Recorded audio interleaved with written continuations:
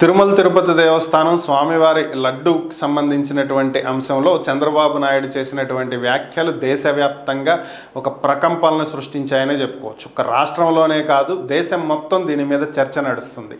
ఇలాంటి నేపథ్యంలోనే YSR Congress party AP హైకోర్టుని ఆశ్రయించడం జరిగింది.